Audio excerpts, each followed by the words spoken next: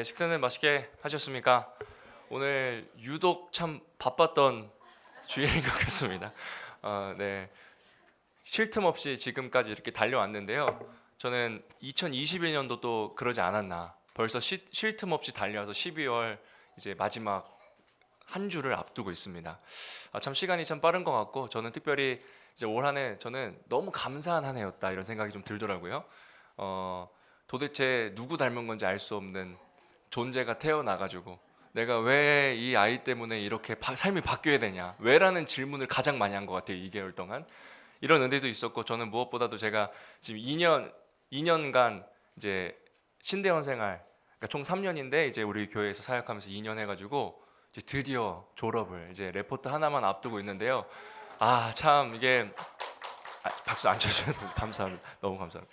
참 쉽지 않았고, 마지막까지 이제 한 과목이 남았는데 참 감사했다. 저는 뭐가 감사했냐면, 이렇게 성경을 사랑하는 교회와, 그리고 그 속에서 저도 물론 이제 교역자로 부름받았지만 한 성도로서 함께 예배하고 이렇게 말씀 배우고 있었던 게 참 저는 개인적으로 행복했습니다. 사경회를 또 이렇게 하고, 사경회 속에서 말씀을 읽고 통독을 하고, 신학생들이 놓치기 참 쉬운 부분을 우리 교회에서 이런 걸 한다니 얼마나 감사한지. 그래서 마지막 이제 어제 또 봤던 시험이, 엊그저께 봤던 시험은 예배와 예전이라는 과목인데요. 그 문제가 굉장히 독특한 문제가 나온 거예요. 뭐냐면 어떠한 교회를 예화로 해서 2022년 12월 25일이라고 가정을 해서 담임 목사님 부임을 해가지고 그 모든 예배를 세팅하는 그런 문제였던 거예요. 어떻게 예배 드릴 거고, 어떻게 중직자들을 설득할 것이며, 어떤 원리와 어떤 교회 헌법에 의거하여서 예배 모든 순서와 상세 설명을 해라. 이게 문제가 나온 거예요 지금. 근데 이제 레포트 과제였는데 다들 이제 막 멘붕에 빠졌죠. 저는 쓸 말이 너무 많더라고요. 교수님이 이미 가르쳐 주신 그 과목의 예배의 요소들을요, 저희 교회가 하고 있습니다. 특별히 이제 강조된 것이, 예배는 그냥 우리의 지식만 드리는 것이 아니라 우리 몸으로 반응하는 것이 또 예배거든요. 그것이 우리 오랜 교회 전통사에 주어진 예배의 정신이었고요. 근데 영광과 경배의 시간 또 있죠? 또 다 썼죠 제가 또. 그리고 뭐 찬송하는 거, 또 성찬식 하는 것들, 그리고 우리 예배의 아주 요소를 쫙 저희 주보를 깃틀로 썼습니다. 최소 이제 4페이지 이상 쓰는 거를 저는 21페이지를 썼습니다. 다른 전도사님들이 기겁을 했어요. 제 머리에서 나올 수가 없는 것들인데 교회 덕분에 얼마나 감사한지. 이건 단적인 예고에 참 좀 감사했습니다. 그래서 지금도 전사님들도 계속 저희 교회 와도 되냐고, 언제든지 오라고, 뭐 청년하면 안 되냐고 얘기하고 있는데, 그 뒷감당은 제가 안 하겠다고 지금 하고 있는데요. 감사한 한 해였습니다. 그래서 우리가 확신하건대 주신 은혜가 몇십만 배 이상은 더 크다. 꼭 감사를 정리하시고 잊지 않는 것, 사람의 은혜도 기억하는 게 굉장히 중요하잖아요. 하나님께서 주신 은혜는 왜 우리가 이렇게 쉽게 생각을 할까요? 주셨던 은혜를 정리하는 남은 12월이 되시길 간절히 소망합니다. 오늘 오전에는 우리가 약속 시간이라는 제목으로 하나님 말씀을 살펴보았습니다. 영원을 기다리며 기도하며 사모하는 것이 얼마나 중요한지, 특별히 기도하는 것이 참 중요하다 라는 오늘 말씀을 보았고, 오늘 오후는요 우리가 구속과 자유라는 제목으로 하나님 말씀을 선포하고자 합니다. 함께 따라 읽겠습니다. 구속과 자유. 마침 우리 로이드 존스 목사님의 십자가도요, 마지막 우리 한 챕터를 남기고 오늘 마무리가 됩니다. 우리가 십자가는 삶의 중심이고 그리스도인들에게 가장 중요한 거라고 얘기하지만, 막상 십자가에 대해서도 설명하기 어렵고, 십자가가 우리의 신앙 속에서 능력이 되는 것을 정말 경험하고 있는가 생각해 봐야겠죠. 그래서 오늘은 이제 구속과 자유, 이 마지막 항을 보려고 합니다. 그 전에 이제 정밀 검사부터 하나님의 지혜, 새로운 피조물에 이르기까지 이제 마지막 구속과 자유의 은혜가 있는 것이 십자가이다라는 것인데요. 여기서 이제 구속은 다른 게 아니라, 우리 검찰에서 구속하는 건 억압하다의 의미잖아요. 근데 한자가 여기서의 구속은 그런 구속이 아니라 구원할 구, 속죄할 속. 그러니까 예수 그리스도의 구원, 그로 말미암는 자유.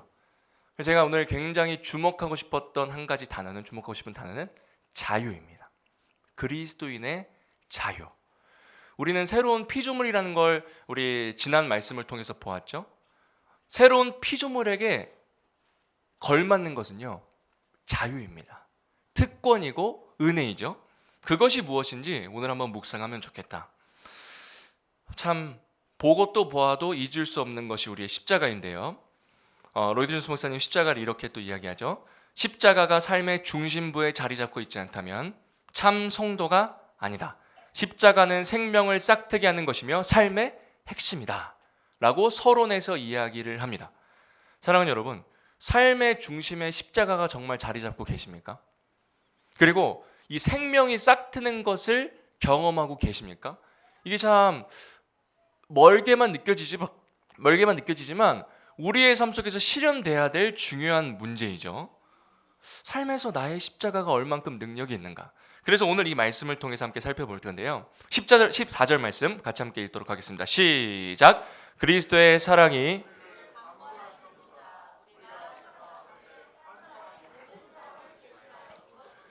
모든 사람이 그리스도의 사랑이 우리를 강권하시는도다. 자, 이 강권은요, 어떤 단어냐면 원어로요, 애워싸다, 지키다, 통제하다. 저는 이게 딱 떠오르더라고요. 요즘 이제 월드컵 오늘 결승전인가요? 이제 금방 끝이 나는 걸로 알고 있는데, 여러분 현대 축구에서 가장 중요한 게 뭔지 아세요? 현대 축구에서 가장 중요한 건 저도 축구를 잘 모르지만 압박하는 것과 그 압박으로부터 벗어나는 탈압박이라고 합니다. 그래서 뛰어나고 훌륭한 선수를 정의하는 것은 그 압박을 이겨내는 것이 중요하다고 해요. 그리고 잘하는 팀일수록 조직적으로 딱 압박을 잘해서 공을 싹 뺏고, 그리고 상대방이 압박해올 때 그 압박을 피해버리는 탈압박, 그게 제일 중요한 요소라고 하는데, 여러분 그리스도의 사랑이 우리를 강권하다의 원어는요, 우리를 애워싸고 지키고 통제하다는 의미를 가지고 있습니다. 하나님의 사랑이요, 정말 어느 누구도 빠져나가지 못할 만큼 그 촘촘한 완벽한 조직과 그리고 작정이라고 하죠. 작정을 통해서 우리의 삶을 에워싸고 우리의 삶을 지키고 있는 것이 그리스도의 사랑의 강권하십니다. 그리스도의 사랑이 나를 이끌어 주신다, 나를 인도해 주신다, 강권하신다, 애매할 수 있지만 인간의 압박과는 비교할 수 없는 하나님의 사랑의 압박이 우리를 둘러싸고 있다는 것이죠. 여러분 그 사랑을 경험하고 계신죠? 참 그 사랑을 우리가 계속해서 누리고 기억을 해야 된다라는 것입니다. 이 강권하다, 하나님의 강권하시는 사랑을 생각하면서요, 저는 제 인생을 떠올리지 않을 수가 없는 것 같아요. 저는 저번에도 말씀드렸지, 저희 부모님은 교회를 다니시지 않고 계시고, 저희 어머니는 이제 권사님이시지만 제가 예수님을 믿었을 땐 다니시지 않으셨고, 아버님은 지금도 교회를 다니시지 않고 계십니다. 기도를 많이 부탁드리는데요. 그런 곳에서 내가 어떻게 학교까지 졸업을 해서 이 자리에 서 있을 수 있을까? 감히 하나님 말씀을 어떻게 전할 수 있을까 생각해 보면 정말 이 강권하신 분입니다. 저는 목사님께서 종종 말씀해 주시면 드럼 알려준다 해서 왔어요. 저는 그리고 또 하나가 더 있는데요. 문화상품권 5,000원 준다 해가지고 중학교 때 이제 거의 한 10명, 12명 되는 학생들이랑 같이 문화상품권 받으러 갔는데, 거기서의 그리스도의 강권과 사랑이 참 드러나는 지점은요, 그 12명 중에 지금도 이제 만나고 중학교 친구들이기 때문에 가끔씩 연락을 하는데 저만 교회를 다닙니다. 뭘까? 왜 저 많은 중에 저는 왜 이 앞에 서 있는 걸까요? 저는 그 12명 중에 나머지 11명의 한 명일 수 있지 않았을까요? 그렇게 하나님은 강권적으로 제 삶을 인도해 주시더라고요. 그리고 중학교 때 그렇게 해서 이제 교회를 가게 되고 찬양팀을 하게 되고, 교회 내에서 내가 분명한 신앙의 고백이 아직은 없어 보이는 듯해도 이 자리에 머물러 있는 것이 하나님의 강권하신 사랑이며 은혜입니다. 그렇게 찬양팀을 하다 보니까 아무것도 모르는데 임원을 하고, 근데 쟤는 그 확실한 신앙의 고백이 없으니까요, 우리 중고등부 학생들은 진짜 제가 상상할 수 없는 모범적인 학생들이에요. 초등부 학생 포함해서. 저는 드럼을 딱 치고 옆방으로 가서 공부를 했습니다. 드럼을 딱 치고 예배 나가요. 목사님 일부 아시죠? 그래서 어디 갔냐고 일부러 막 부르시고 예배 중간에 그렇게 해서 착 나가고, 억지로 부르니까 앉아가지고 핸드폰 게임을 했었습니다. 그러니까 예배가 너무 재미가 없는 거예요. 하나님 말씀이 들리지도 않고. 이제 그러다가 놀랍게 이제 수련회를 통해서 하나님을 만나게 되고 이제 세세한 여러 가지 일들이 있지만 하나님의 인생에 경험하니까요. 중요한 달라지는 특징, 그리스도의 강권하신 사랑이 이 마음으로 달라지는 특징은 하나님의 설교, 말씀이 들리는 겁니다. 성경이 궁금해지기 시작하더라고요. 그렇게 해서 성경을 한번 배워볼까? 이런 궁금증이 들고 배우다 보니까 결국 이 자리에 서 있는 것이죠. 그리고 과연 그러면 내가 왜 하나님의 말씀을 전하는 주의 종으로 부름 받아야 될까? 이런 고민이 참 많았거든요. 이런 내적 부르심이 뭘까? 그랬는데 제 삶에 잊을 수 없는 한 가지 사건이 있었습니다. 그게 뭐냐면요. 이제 저는 이제 고등학교를 졸업하고 제가 고등학교 3학년 때 인격적으로 예수님을 만났는데 그때 이제 그 기점에 저를 지도해 주셨던 그 목사님께서 총진대학교 영어교육과를 넣어라. 근데 저는 사실은 미국에 있는 대학교로 가서 공부를 할 계획이 있었습니다. 뭐 신학도 아니고 저는 이제 무역 경제 공부를 해서 열심히 그곳에서 뭐 복음 전하면 되지 이런 생각이 있어서 가지고 나름의 그 어린 나이의 목표들과 계획들이 있었거든요. 근데 어느 날 그렇게 해서 제가 이제 정시 원서도 접수를 안 했어요. 한국 학교에서. 그리고 이제 20살이 되고 저는 그러니까 재수 공부를 안 했겠죠. 유학 준비를 하는 겁니다. 강남에서 이제 토플 공부를 하고 필요한 서류들을 준비하고 그렇게 20살 6월 7월 8월 이때 되는 때 갑자기 목사님 부르시더니 총진대학교 영어교를 쓰라는 거 하시는 거예요. 썼을까요? 안 썼을까요? 네, 썼긴 썼는데요. 겉순종했습니다. 그러니까 어른이 얘기하는 거니까 그냥 해야지 이런 정도로 제가 받아들였죠. 아니 어떻게 이미 그 플로리다에 있는 펜사콜라 컬리지 가야겠다 목표도 다 세우고 모든 계획을 다 세웠는데 어떻게 지금까지 한 거 난 재수도 안 했고 준비도 하나도 안 했고 이래가지고 저희 잔꾀로 그래 목사님 뭐 쓰라고 했으니까 뭐 해야겠다. 그리고 나는 뭐 어차피 떨어지겠지.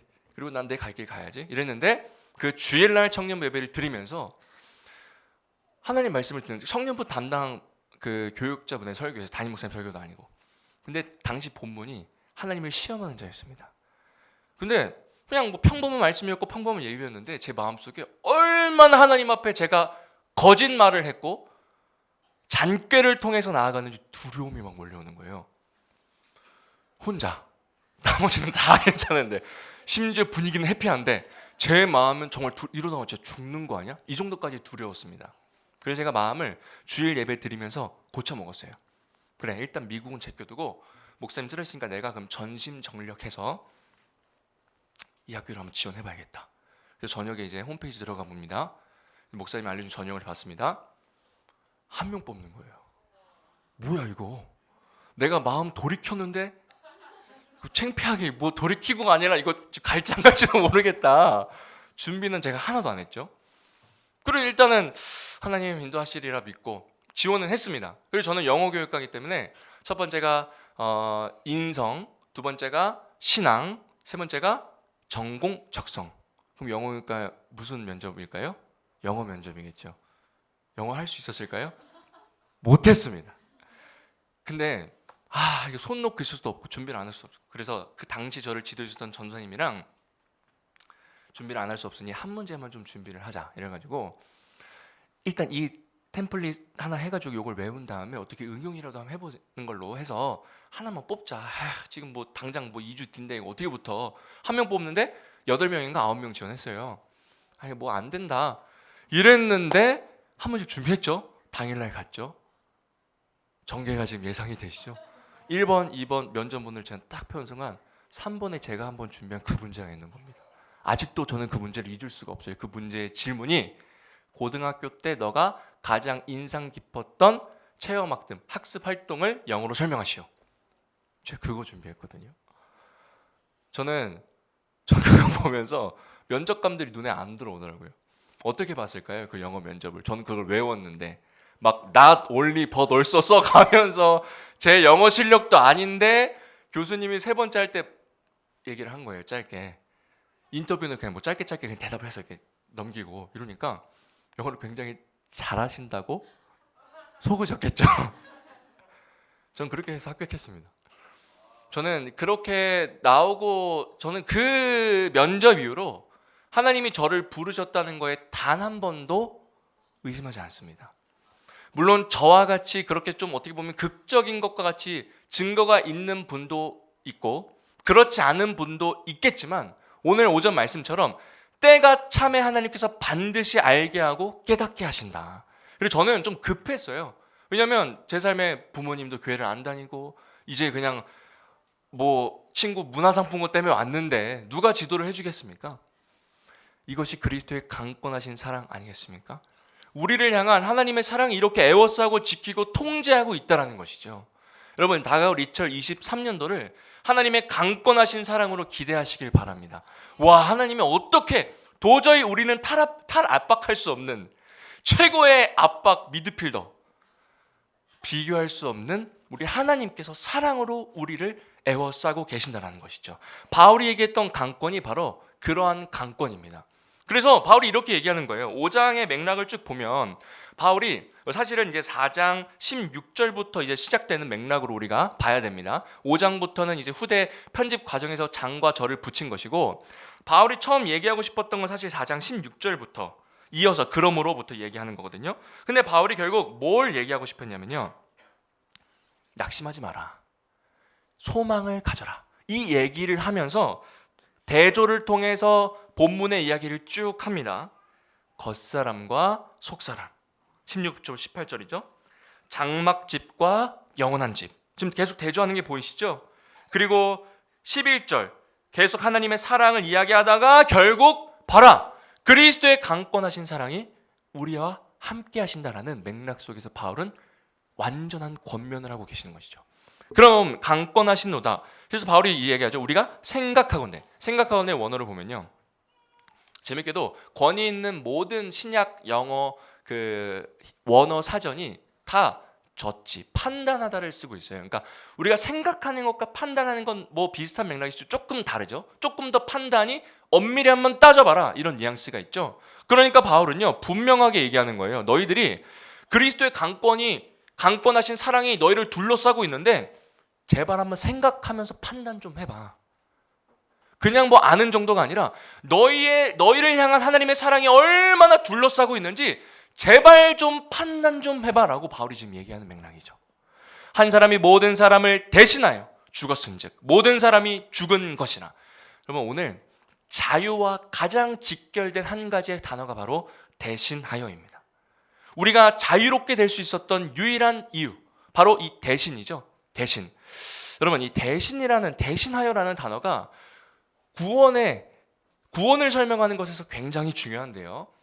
사실은 이 대신하라는 단어가 구약에서부터 많이 쓰였던 용례입니다. 레위기 25장 25절 보면, 만일 내 형제가 가난하여 그의 기업 중에서 얼마를 팔았으면 그에게 가까운 기업 물을 자가 와서 그의 형제에게 판 것을 물을 것이요. 그러니까 하나님께서 이스라엘 그 백성을 부르시자마자 율법을 주시면서 또한 명령하신 것이 기업 물을 자. 그러니까 너무나 가난하고 힘들면 그 형제나 친척이 도와줘라. 그래서 이것이 이 율법이 성취된 우리 잘 아는 성경 말씀 어디죠? 룻기 말씀이죠. 그래서 대표적으로 그 나오미가 선언한 것처럼 나오미 가문의 기업 물을 자, 보아스를 통해서 기업 물을 자의 말씀이 룻기를 통해 성취되는 거잖아요. 한번 같이 읽어볼까요? 룻기 2장 20절입니다. 시작. 나오미가 자기 며느리에게 이르되 그가 여호와로부터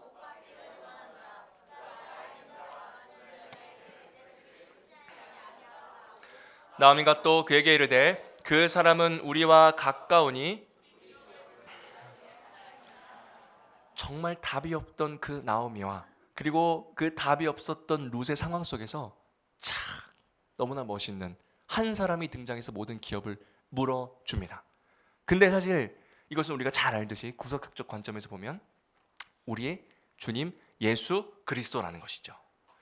여러분, 우리의 모든 빚, 우리의 모든 죄, 우리의 해결할 수 없는 모든 문제를 완벽하게, 이런 표현이 적당한지 모르겠어요, 한 큐에 한 방에 해결하신 분이 우리 예수님이십니다. 그것이 이루어진 게 우리의 십자가 사건입니다. 여러분, 뭐가 두려웠겠습니까? 뭐가 어떤 것이 우리를 둘러싸여서 우리를 좌절시킬 수 있겠습니까? 우리를 좌절시킬 수 있던 그 어떤 것도 없습니다. 왜요? 기업 물을 자 되신 예수 그리스도가 우리와 함께 하시기 때문이죠. 놀라운 이 기업 물음이 구약부터 이루어지다가 드디어 실체로 성취된 것이 예수 그리스도이고, 바울은 그것을 분명하게 아니까 오늘 죽었은즉이라는 단어를 통해서요, 분명히 우리에게 제시를 합니다. 증거를 제시하죠. 여러분, 죽었은즉이라는 건 분명한 과거형입니다. 조금 더 말하면 부정과거형인데요. 그러니까요, 이거는 정확한 한 사건을 지칭하는 거예요.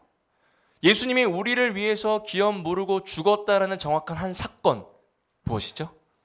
십자가입니다. 여러분, 언제나 우리가 고린도후서 5장을 피면 변함없이 여전히 그리스도의 강권하신 사랑과 십자가의 진리는 여기에 기록되어 있는 것처럼, 예수 그리스도께서 과거, 현재, 미래의 죄를 위해 죽으셨던 그 놀라운 진리는 성경은 불타 없어질지언정 변치 않고 영원히 우리 곁에 함께 있다는 것을 절대 잊지 않으시길 바랍니다. 우리는 그러한 사랑과 강권하신, 이미 죽고 해결하신 그 은혜로 말미암아 살고 있다는 것이죠. 여러분, 그럼에도 우리가 이렇게 이제 우리도 기업 물은 것처럼 용서하고 은혜를 베풀면서 살아야 되는데, 여러분 이게 쉽습니까? 제가 한 몇 주 전에요, 은행을 이제 가가지고 제가 문자로 연락이 온 거예요. 그 청년 저축 계좌 이렇게 해당이 됐다. 이래가지고 이게 되게 좋더라고요. 그러니까 뭐냐면 뭐 제가 돈 얼마 넣으면 국가에서 얼마 이렇게 해줘가지고 뭐 돈을 좀 모을 수 있는 그런 거에 제 나이나 뭐 이런 상태가 해당이 돼가지고 간 거예요. 그래서 당연히 이런 건 해야지. 그래서 갔습니다. 가가지고 뭐 착착 체크하고 해가지고 그 이제 적금이기 때문에 우대 뭐 금리 조건 이런 해당 사항들이 있더라고요. 제가 체크를 딱 하고 그랬는데 거기 이렇게 안내해 주신 분이 너무나 은행원답지 않게 친절하게 해주시는 거예요. 저는 한 번도 은행원이 친절한 것을, 죄송합니다, 여기 혹시 계시면 모르겠지만 좀 이렇게 귀찮아하는 것처럼 늘 상처가 있었는데 너무 친절하게 해주시는 거예요. 참 기분이 좋더라고요. 이래가지고 그 모든 서류를 마치고 돌아왔는데 얼마 뒤에 연락이 온 거예요. 우대 금리 조건에서 한 조건이 탈락됐다. 아니다, 이거 내가 한 게 아니라 거기서 직접 다 했기 때문에 그럴 리가 절대 없다. 그 중에 이제 뭐 개인정보 동의 이런 걸 함으로써 이제 금리가 이제 1% 뭐 보장이 되고, 뭐가 1% 보장이 뭐 이런 게 있잖아요. 다 됐다, 안 됐다, 다 됐다 이러다가 보니까 알고 보니 저를 그 해주신 분이 실수를 하신 거예요. 누락하신 거예요. 그러면 누락했으니까 좀 정정해서 해줘라 그랬는데요. 그 가입 당일날만 되지 다음날부터는 절대 안 된대요. 그래서 그 은행원이 거의 울면서 저한테 전화가 와가지고 너무 죄송하다면서, 그게 1% 같지만 제 전체 금액 뭐 제 3년 정도고 국가에서 지원을 해주는 거기 때문에 뭐 한 몇십만 원 돈 돼요, 1%가.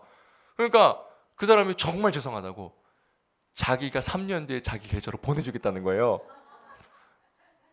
내가 그 일 계속 하실 줄 어떻게 아는지 궁금하게 들었는데, 그리스도인이잖아요. 죽었다 깨어나 전 용서할 수 없는 인성인데, 뭐 어떻게 해요 거기서. 아무런 은행에서 해줄 방법은 없지. 개인이 해결해야 돼. 은행은 자기가 실수하면 자기가 메꾸는 시스템이더라고요. 그래서 제가 멋진 척을 좀 했습니다.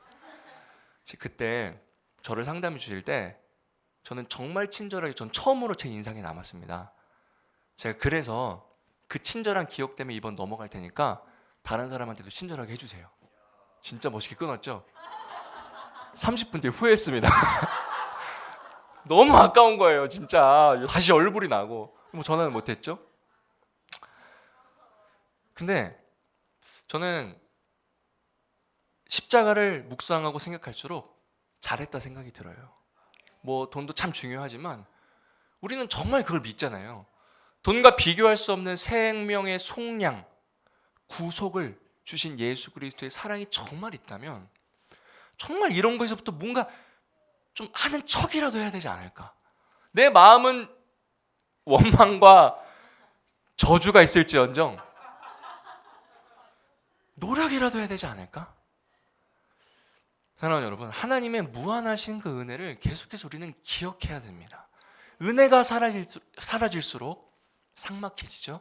그 삭막함은 드러나게 되어 있습니다. 여유가 없어지죠. 그 여유가 없음은 다른 사람에게 다 드러나게 되는 것 아니겠습니까? 우린 그리스도인인데, 하나님의 대사인데, 분명한 과거형으로서 예수 그리스도께서 죽으셨는데 우리가 무엇을 고민할 수 있겠습니까? 우리에게는 이 분명한 십자가가 있다는 것입니다. 15절 말씀입니다. 그가 모든 사람을 대신하여, 또 나왔죠? 대신하여 죽으심은 살아있는 자들로 하여금 다시는 그들 자신을 위하여 살지 않고 오직 그들을 대신하여 죽었다가 다시 살아나신 이를 위하여 살게 하려 함이라. 다시 살아난 이를 위하여, 바로 저와 여러분, 우리 교회를 위하여서 예수 그리스도께서는 핏값을 흘리셨습니다. 15절 말씀 같이 읽어볼까요? 그 결과이거든요. 그럼 이제 어떻게 자유를 누릴 수 있는가? 시작. 그러므로 우리가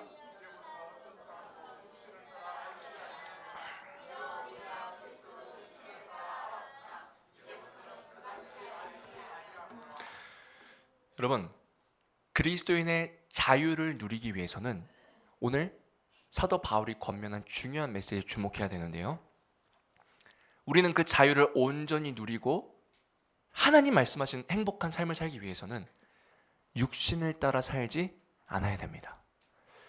로이 존스 목사님이 분명하게 이야기하는 대목은 뭐냐면요, 이런 거죠. 마귀는 우리에게로부터 구원을 뺏을 순 없지만 구원의 기쁨을 뺏을 수 있다. 영적 침체에서 그렇게 얘기합니다.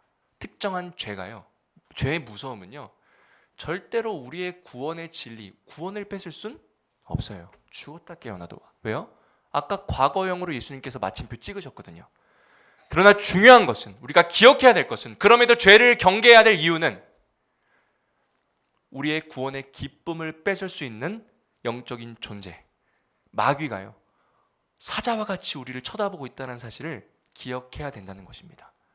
그러면 어떤 것이 육신을 따라 사는 것이고 우리의 기쁨, 기독교 희락주의, 기독교에서 누리는 그 기쁨을 빼앗는 것일까요? 목사님은요, 여러 가지로 정리를 하는데 이렇게 정의하십니다. 성령으로 말미암아 예수 그리스도를 전적으로 의존하지 않고 살아가는 태도. 그러니까 세상적으로 산다라는 것은 말씀 중심으로 하나님을 향한 태도와 열정과 열망이 사라진 채로 가만히만 있어도 우리는 육신 따라 살게 됩니다. 목사님 늘 말씀해 주신 것처럼 자전거의 페달을 밟지 않으면 넘어지죠. 계속해서 페달을 밟아야 가는 것처럼 전적으로 성령을 의존하는 삶이 살아야지만 우리는 그 자유와 기쁨을 누릴 수 있습니다. 그리고 목사님 재미있어요. 여러분, 목사님이 그래서 이제 그 육신적인, 그 육적으로 살아가는 것이 무엇인지 설명을 하는데 당시의 배경을 먼저 우리가 이해해야 됩니다. 마틴 로이 존스 목사님은 영국에서 목회를 하셨는데 그 목회를 하신 기점이 2차 세계대전이 끝난 거의 1년, 2년 그 사이에 목사님이 한 나이가 40세 정도, 저희 담임 목사님 정도 되시는 나이에 웨스트민스터 우리 신앙고백서가 체결되고 완성됐던 그 웨스트민스터 채플을 담임하는 그 담임 목사님이 되신 거예요. 그럼 상황이 어땠습니까? 전쟁은 막 계속하고 있고 1차 세계대전으로 끝난 줄 알았는데 전쟁이 또 오고 포탄 소리가 빵 터지고 죽어나고 이런 상황에서 그 전통 있고 신앙 고백 위에 세워진 그 교회 담임 목회를 부임한 거예요. 그때 어떤 것이 육적으로 살아가는 것이냐라고 이야기를 하는데 첫 번째, 같이 읽어볼까요? 시작. 자기의 생각이 우상이 되어 옳다고 고집하는 것. 그래서 구체적으로요, 인종차별, 잘못된 민족주의, 자기 과신을 지적합니다. 여러분, 소신과 우리의 어떤 잘못된 고집이 정말 한 끗 차이라는 것을 여러분 꼭 기억하시길 바랍니다. 인종에 대한 잘못된 생각, 성에 대한 잘못된 생각, 이런 것들로 인해서 죄를 범하는 것들, 그리고 목사님은요, 잘못된 민족주의를 지적합니다. 여러분, 당시에 그리스도인이니까, 신앙인이니까 나라 사랑해야지, 나라 다 따라야지 라고 외쳤던 집단이 바로 나치 집단입니다. 그래서 칼 바르트라는 신학자가 거기서 진절머리가 난 거예요, 자유주의자들이. 왜? 그들은 신앙을 얘기했지만 결국 그 나치즘에 다 협조하고 따라갔거든요. 그러니까 우리 신앙인이 당연히 자기가 속한 그 나라와 민족 사랑해야지, 정말 맞는 명제이지만 우리가 가장 먼저 우선시해야 되는 것은 이 땅의 나라가 아닌 하나님 나라입니다. 성경입니다. 만약에 성경 외에 벗어난다면 우린 그것을 거절할 수 있어야겠죠. 우리가 2년 3년간 해온 것처럼요. 근데 만약에 그러한 분별 없이 잘못된 민족주의, 그냥 우리 애국이면 다 되지라는 이야기로 자신의 생각과 신념을 고집한다면 그것은 일본의 제국주의를 동조하는 것이고 독일의 나치즘에 적극 협조하는 것이며 지금의 모든 전쟁의 원인들에 동참하는 것과 다름이 없습니다. 우리는 민족 위에 넘어선 하나님 나라, 하나님 민족, 하나님 백성임을 기억하고 성경으로 분별하여 선포하는 역할이 우리 교회의 등불의 역할이 될 줄 믿습니다. 먼저 그러니까 이런 육대로 사는 건 자신의 생각과 고집이 아집이 되는 것, 그리고 자기 가신, 지나치게 모든 것을 내가 스스로 다 할 수 있다라는 그 교만함, 그것을 경계하고요. 두 번째로는 세상의 기준으로 인생을 판단하는 것을 주의하라고 이야기합니다. 그 예로는요, 돈, 집안 출신, 계급, 학벌과 같은 것으로 판단하는 그러한 모든 것들을 경계해라 라고 이야기합니다. 여러분 어떠세요? 우리는 사람을 평가하고 판단할 때 이건 외에도 다양한 기준으로 나만의 서열화를 시키고 있지 않습니까? 우리 그리스도인들은요, 사람을 보는 관점부터가 세상과는 달라야 됩니다. 우리는 살리기 위해서 부름받은 존재이지 구별하고 나누고 죽이는 존재가 아닙니다. 저도 제 3년간 저를 반추해 보니까요, 저는 솔직히 3년간 우리 전도사님들과도 교제를 하는데 제 안에 깊숙한 제 잘못된 판단과 기준을 보았습니다. 그것은요, 솔직히 좀 도움이 될 것 같은 그 사람, 좀 뭔가 그래도 잘할 것 같은 사람, 솔직히 제 마음속에서 공부도 열심히 안 하고 과제도 열심히 안 하고 똑같이 우리가 함께 동역자로서 생각하고 대해야겠지만 제 안에서 차별하더라고요, 제 마음속에서는. 그리고 뭔가 같이 그 비전을 함께 할 수 있는 사람만 내가 원하고. 근데 물론 이거는 뭐 당연한 결과일 수 있겠지만, 여러분 여기서부터 우리의 사람을 보는 관점과 태도가 달라져야 하지 않을까요? 아무도 찾아가지 않는 그 한 사람, 모두가 외면하고 그냥 무시하고 별 도움도 안 되고 있어봤자 나의 인생에 도움이 아니라 오히려 해가 되는 그 사람에게 찾아가고 다가가고 나의 것을 내어주는 것이 육적대로 사는 것이 아니요, 진정한 자유를 누리는 자의 삶의 모습입니다. 계급과 학벌, 얼마나 이러한 것들로 총체된 이 사회의 모습은 어떻습니까, 여러분? 질투와 경쟁과 시기와 멸시로 가득합니다. 여러분, 우리가 처해 있는 사회, 직장, 가정, 모든 곳에는요, 하나님 없는 그곳에 질투, 경쟁, 시기, 멸시가 가득 차다라는 것을 여러분 분명히 명심하시고 어떻게 우리가 이것을 해야 될까를 말씀으로 분별하시길 정말 바랍니다.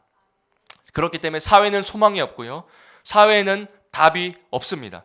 도저히 그 사회는 해결할 수 없고요, 로마서 3장 10절 말씀처럼 기록된 바 의인은 없나니 하나도 없기 때문에 이 사회, 이 민족, 이 국가에 우리의 모든 소망을 둘 순 없습니다.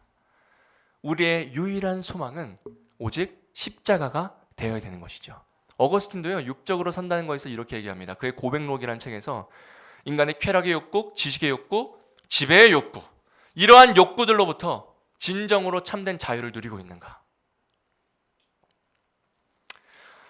그래서 우리는 육신을 따라 알았기 때문에 이제부터는 그같이 알지 아니하노라 이야기하고, 마지막 이제 7절인데요. 같이 한번 읽어보겠습니다. 마지막입니다. 시작. 그런즉 누구든지 그리스도 안에 있으면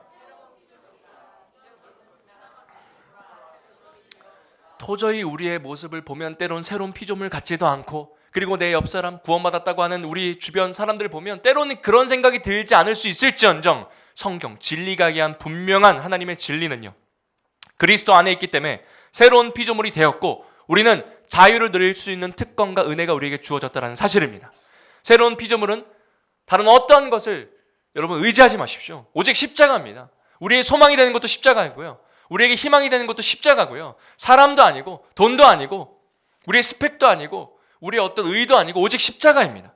그리고 그 십자가 안에 있을 때 비로소 참된 자유를 누릴 수 있다는 것이죠. 이 사람이 평안해 보이시나요?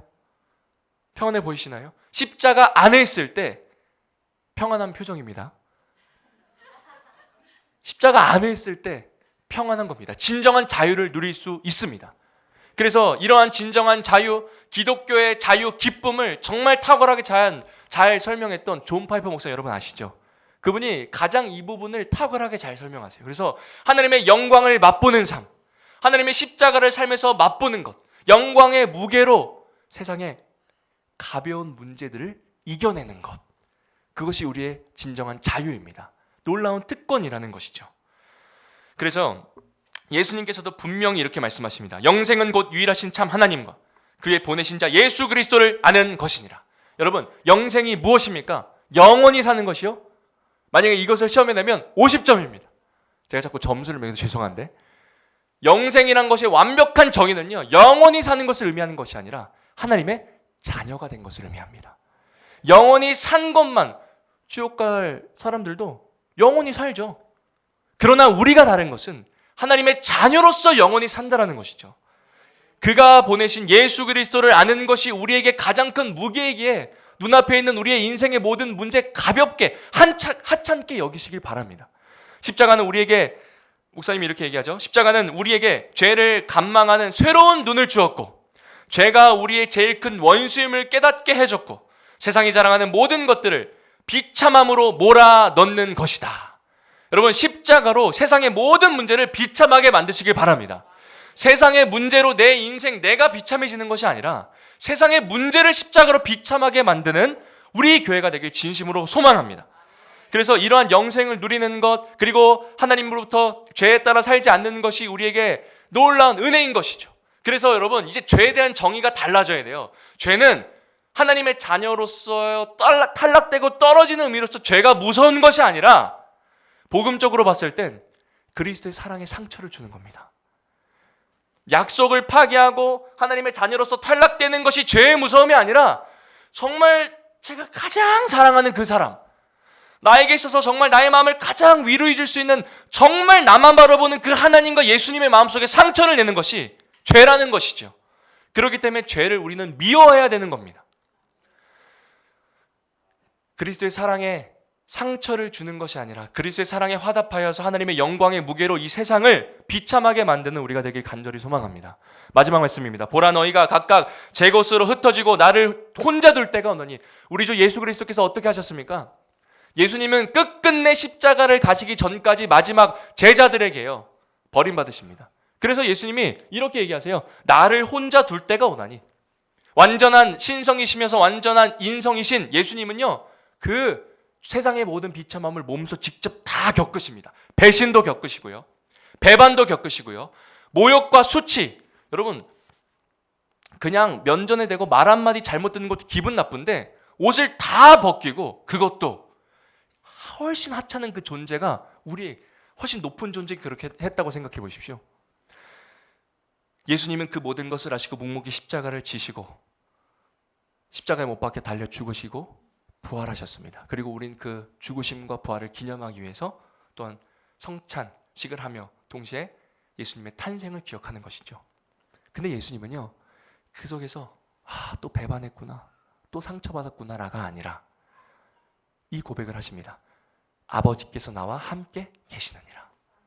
예수님은요, 분명히 아셨습니다. 눈앞에 보이는 그 인간은 날 배신할 거지만 여전히 변함없이 함께할 그 하나님의 사랑을 분명히 알고 계셨죠. 사람을 바라보지 마시고 우리와 늘 함께 하시다 못해 우리 안에 들어와 버리신 하나님을 바라보시길 바랍니다. 그것이 우리에게 주어진 진정한 자유인 것이죠. 가서 너희를 위하여 거처를 예비하며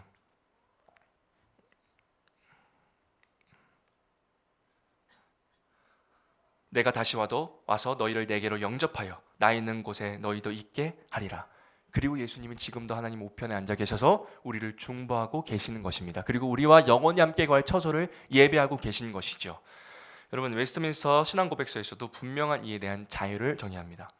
그리스도인의 자유를 구실로 하여 죄를 범하거나 정욕을 품는 사람들은 그리스도인의 자유의 목적을 파괴하는 것이 된다. 그렇죠? 그리스도의 상처를 주는 것입니다. 우리에게 주어진 자유의 목적은 우리가 원수들의 손아귀에서 건짐을 받아 평생토록 주님을 두려움 없이 주님 앞에서 거룩함과 의로움으로 섬기려는 데 있는 것입니다. 그렇기 때문에 여러분, 제가 직접적으로 적용하면요, 우리가 교회 안에서 헌신하고 수고하는 이 모든 것들이 자유의 놀라운 결정체입니다. 종이 아니라 자유인이고 하나님의 자녀이게 할 수 있는 것이 우리의 헌신입니다.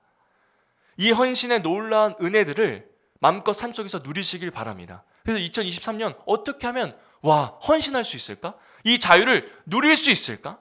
어떻게 이 자유를 활용할 수 있을까? 라고 생각할 수 있는 것이죠. 오늘 말씀을 총합해서 정리를 하면요, 그리스도인의 자유는 예수 그리스도의 십자가로부터 말미암았고, 그 십자가가 우리의 삶에 살아 움직이는 활력이 되고 능력이 되고 생명이 되어야 합니다. 부디 그 십자가의 능력을 삶 모든 영역 속에서 누리고 경험하는 우리가 되길 진심으로 소망합니다. 아멘. 이 시간 같이 함께 기도하길 원합니다. 첫 번째, 회개하길 원하는 것은 하나님의 참된 자유가 있음에도 불구하고 이 자유로 말미암아 죄를 짓는 것에 우리의 자유를 사용한 것을 주님 용서하여 주시옵소서. 주신 은혜 있고 불평하였던 것들 용서하여 주시옵소서. 회개하였으면 좋겠고요. 시간 간구하기 원하는 것은 하나님 참된 자유를 통하여서 구원의 기쁨과 변치 않는 예수 그리스도의 사랑, 십자가로 말미암아 세상을 비참케 만들길 원합니다. 우리의 마음속에 성령 충만함으로 함께하여 주시옵소서. 마지막 결단하기 원하는 것은 그리하여서 세상 육신대로 따라가는 것이 아니라 십자가 따라 말씀 따라 살아가는 우리가 되게 하여 주시옵소서라고 마음에 감동하시는 대로 성령님의 인도하심 따라 시간 함께 기도하도록 하겠습니다. 기도합니다.